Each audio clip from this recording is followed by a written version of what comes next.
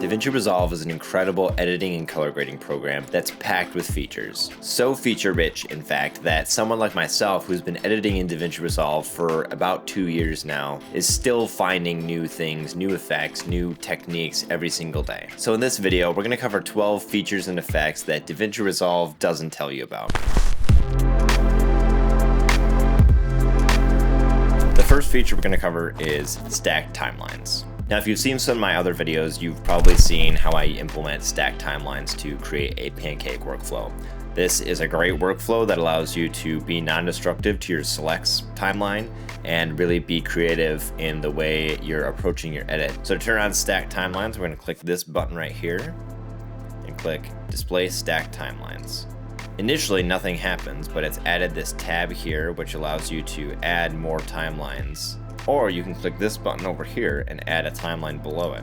In fact, you can add multiple timelines all stacked here. So if you have a big enough monitor with a lot of different types of clips in each timeline, you can build out a pancake timeline as large as you'd like. And then click this button here to delete the timeline.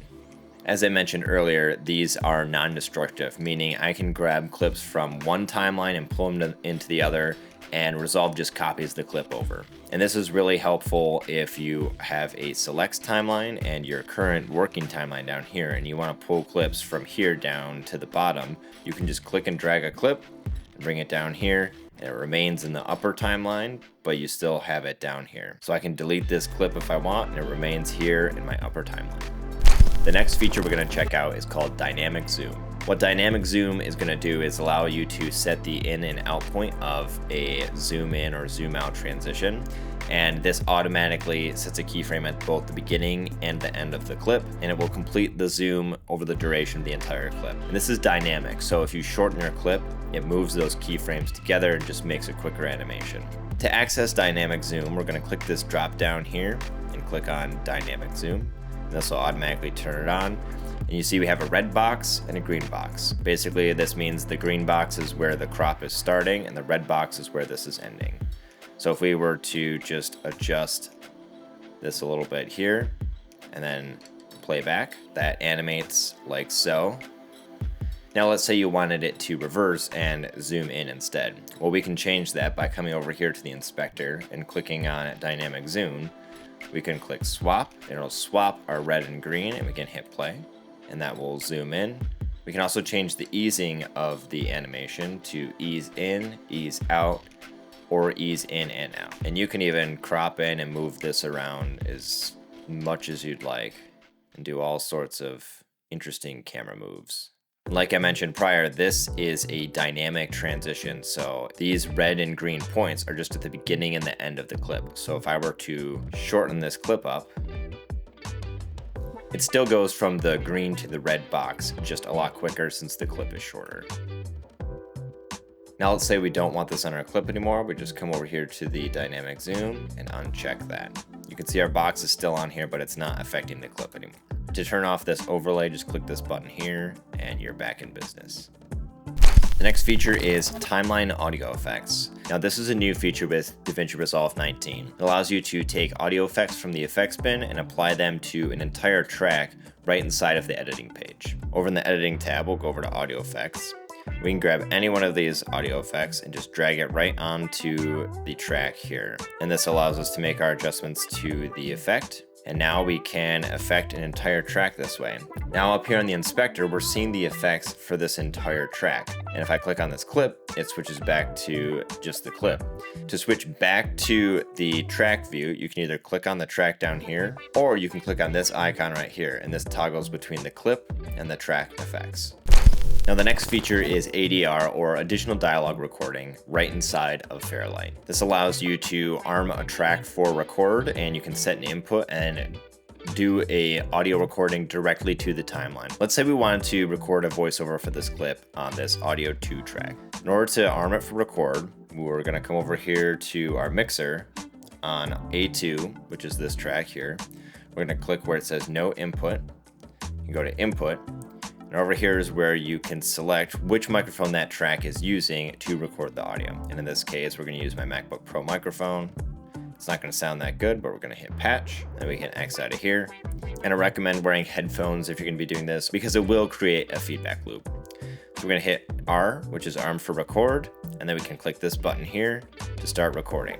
And I don't know if my mic is even on right now, so it's not going to really record anything. But if you had a mic connected to your microphone, you could use this and do your own voiceovers right inside of Fairlight. Next up is copy and pasting attributes right inside of the edit page. So let's say I have this clip and I want to copy all these attributes over to this clip with the color and the positioning and everything.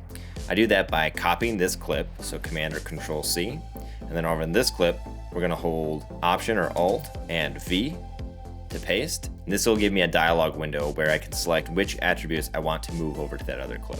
By default, retime effects is on, and I like to turn that off because it adds the retime effect little icon next to the clip, and I like to keep that off so I know which clips are actually retimed. We're gonna go ahead and click apply, and you can see that applied the color effects and the cropping effects to this clip. Now let's say I wanted to copy the effects from this one, but I only wanted to copy the color. Well, we can do that by hitting Command or Control C, coming over to this one and holding Alt or Option V, and we can turn off everything besides just our color correction and hit apply. And that applied just our color correction without any of the position parameters that the other clip had. Next up is flagging clips. And this is different than adding a marker or changing the color of a clip. Flagging a clip actually affects it in the bin as well as the timeline, and this carries through all the way to the color page. This is really useful when you have groups of clips that all have similar looking color or they're all from the same camera, and you want to be able to quickly color grade them even if they might not be visible on the timeline. So in this project here, I have a series of videos and each one has an A and a B cam. This side angle as well as this wide front angle.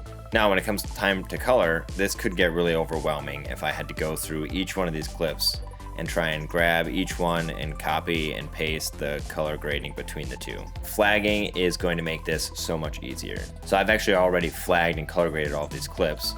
So if we zoom in here on the timeline, you can see these FX3 clips are flagged with a green, and then these A7S3 clips are flagged with a blue flag. In order to add a flag, all you have to do is click on the clip, and you can come up here to this drop down and you can click any one of these colors to flag the clip. And you can even flag them with multiple colors. So if I want to make this one red, it'll add the red and the green. And you can see when I added that, it added it to every instance of this clip. Another way we can add clips is up here in the bin. And if we come up here to the media bin, we can click on FX3. So this is all my FX3 footage. If we change this to a thumbnail view, zoom in here, you can see each one of these clips has that green flag on it, plus this one clip, which was right here, that I flagged with the red. So what I can do is actually select all of these and right click, go to flags and make sure they all also have that red flag on them. And this is really helpful then in the color page when it comes time to color grade. I can go up here to Lightbox, flagged clips, and I can filter by these flagged clips, which makes color grading very easy. Doing it this way will show all of the clips in the timeline, even if they're hidden behind other clips. So here I can color grade every instance of my FX3 clips, and it will color grade them regardless of if they're visible or not in the final edit. Just be sure to uncheck the flag when you're all done, otherwise you'll have some problems with exporting. Next up is masking in the color tab. Now this is a feature that I learned through some tutorial a while ago in a different context, but I've implemented it into a lot of videos that I make because it allows you to quickly throw a mask on something without having to jump into Fusion. And the color page also has tracking for masks, which makes it even better. So here we have a clip in the timeline, and what I'm going to do before I do anything is just duplicate this to kind of show you what's going on here. What I want to do with this is I want to add some text over here that kind of goes behind the couch. So let's do that. We're going to grab our top clip and we're going to go over to the color page. And here we have our basic color grade already. First thing we're going to do is right click and click Add Alpha Output. That'll add this blue output here at the end. Next up, we're going to hit Alt or Option S and create a new node. And then on this node, we're going to grab this blue output here and connect it to our alpha output we just created. Now on this clip, we'll come over here to masking, grab the pen tool. Now we can do a quick mask around the couch. Once that mask is complete, it looks like nothing has happened yet, but that's because we have the duplicate behind it. We'll go back over here to the edit page. Let's grab some text and throw it in between these layers here. Now you can see our text fits right behind the mask that we made there. Obviously I move in the frame, so that doesn't hold very well there, but all I would do is just grab our text and kind of pull it like this. But since I am moving, you can actually pair this with tracking to get even better masks. So let's go ahead and duplicate this clip again. Click on the top one, come up here to the color tab. We'll add a quick LUT. This is actually one of my cinema LUTs, which is available for purchase down in the link below. Any purchase you make always supports me and supports the channel and allows me to make more content like this. So any support is greatly appreciated. So we'll go ahead and make our alpha output again, create a new node and connect these up. This time we're going to use the magic mask. So we're going to go over here to the magic mask tool, click this button to see what we're highlighting. And then with the plus selected, we're going to go ahead and select this bag. And then right here, we'll click track forwards and backwards. All right, once that's all done, we'll come back to the edit tab, grab some text, throw that on. You can see that our text is behind our mask there. The next feature is scene cut detection. This is actually a great feature this time of year when everyone's putting together their demo reels. Instead of going back through and finding all the individual clips that you use to create videos, you can take all of your finished videos, drop them into a timeline in Davinci Resolve, and use scene cut detection to cut up the videos and create clips that you can then use to make your reel. In order for scene cut detection to work, you need a clip to be in a timeline. So we're gonna go ahead and grab this finished video and drop it into the timeline here. And with the timeline selected, we're gonna go up here to timeline and scroll down here to detect scene cuts. And this will analyze the video and create cuts at all the places where Resolve thinks there's a cut in the video. And that was in real time. I didn't speed that up at all. So now we can zoom out in our timeline. We can see all these cuts that were made by Resolve. So once again, using this technique to put together a reel or something is a great and efficient way of editing. And you can pair this with the stacked timelines like I mentioned earlier, and you can start ripping on your reel and get it done really efficiently.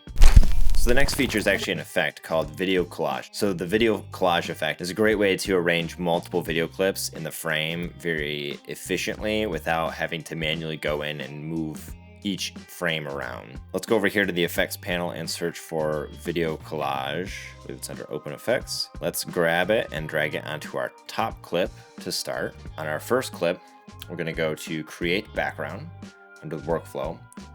And we want 2 columns, 2 rows. And from here we can choose if we want to stagger the clips. We can round our corners a little bit. And then here we have our margins on the sides. And then what we do is we come in here to our workflow and we create tile. What this does is that first clip that we had, it will apply that to whatever this active tile is. So we'll set that one to active tile 1, Alter Option V, and we'll just turn on all the effects except retime. Hit apply. And on our second clip then, we'll come over here to effects, go to create tile, and set this to tile 2. We'll do the same thing on to the next one, go into the effects of this one and set this to tile 3. And then we'll go to this one, hit apply, and go to effects and set to tile 4.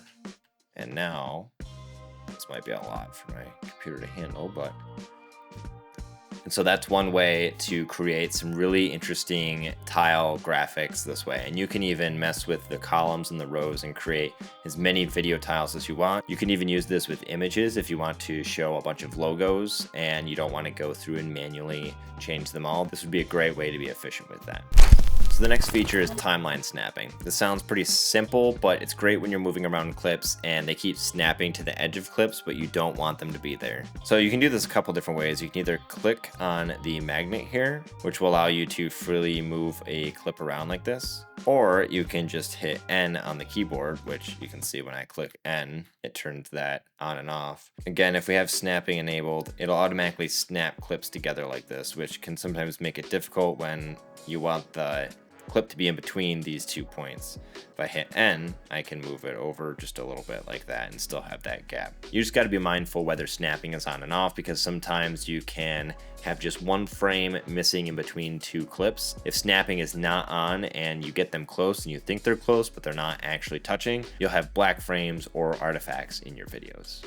The next feature is isolated editing. What isolated editing allows you to do is trim the audio or the video of a linked clip independently of each other. Let's say I wanted to trim this audio down a little bit without affecting the video on top. If I try to just click on the audio, since these clips are linked, I can't just trim the audio. One thing I could do is come up here and click on this chain link, which makes any links that you have obsolete, so I can move these around, but you can see how it can get frustrating over time if you forget to select both the audio and the video together. So we're gonna go ahead and turn that back on. And instead, to just select one or the other, just hold Option or Alt, and you can click and move just the audio or just the video around. And this even works with trimming. And if you want to do a quick and dirty L cut, you could do it like this, where the video cuts before the audio does, or pull it the other way to do a J cut. And that brings us to the final feature, which is default transition. What default transition allows you to do is click in between a clip like this and use Command or Control T to add whatever your default transition is. And as you see here, it did it to both the video and the audio. And if we implement the previous shortcut, we can hold Option or Alt and click on individual clips and then Command or Control T to add transitions just between audio or just between video. Now, if you'd like to change your default transition, come over here to the video transitions, and you can see Cross Dissolve has this little red mark next to it, and that means that's our default transition. What we could do instead is dip to color. We can right click that and set as standard transition. You can see that little tick mark moves over to here. So now if we go over to this clip here and I do Command or Control T, now we have dip to color, and I can click on this transition, and up here in the inspector, I could change my color to whatever I want, if that is what you want your default transition to be. I'm going to go ahead and change it back to this one, and that is default transitions. And now for some bonus tips. If you've recently installed Davinci Resolve 19 and noticed that there's seemingly choppy playback, but you're not dropping frames and your computer is more than capable, there's one small setting that you need to change that's new in Davinci Resolve 19. So on the edit page, come up here to these 3 dots above the program viewer and just click Show All Video Frames. And this will play back every single video frame that is playing and will make it look so it's not choppy or dropping frames. However, if you have an underpowered computer and you are actually seeing performance problems, turning that off might actually help, as long as you're okay at living with the choppy playback, which you might be dealing with already anyway. And while we're on the topic of timeline performance, I've found that on the timeline, if you edit with the thumbnails visible, a lot of times this can bog down your machine because your computer is trying to load all those thumbnails while you're editing. And when you zoom in and out, it's constantly updating and changing all the thumbnails in the clip on the timeline. If you zoom out far enough to where you can't see the thumbnail on the timeline, this actually helps a ton with performance, and this has become the only way I edit now. So that's it for me on this one. I hope you're able to find something useful. I know doing research for this video, I actually found a couple different features that I didn't know were available in Davinci Resolve, and it's always just a great reminder that you don't know what you don't know. So I'm always trying to learn something new and find new techniques and ways I can improve my editing workflow. As I mentioned earlier, all of the clips in this video were color graded using my Cinema LUTs, which are available in the description down below. And anytime you purchase any of my products, it always helps support the channel and allows me to continue making this type of content for you guys. If you enjoyed this video and you want to see more content like it, don't forget to hit the like button down below and subscribe so you can stay up to date on future content. As always, thank you so much for watching, and I will catch you in the next one.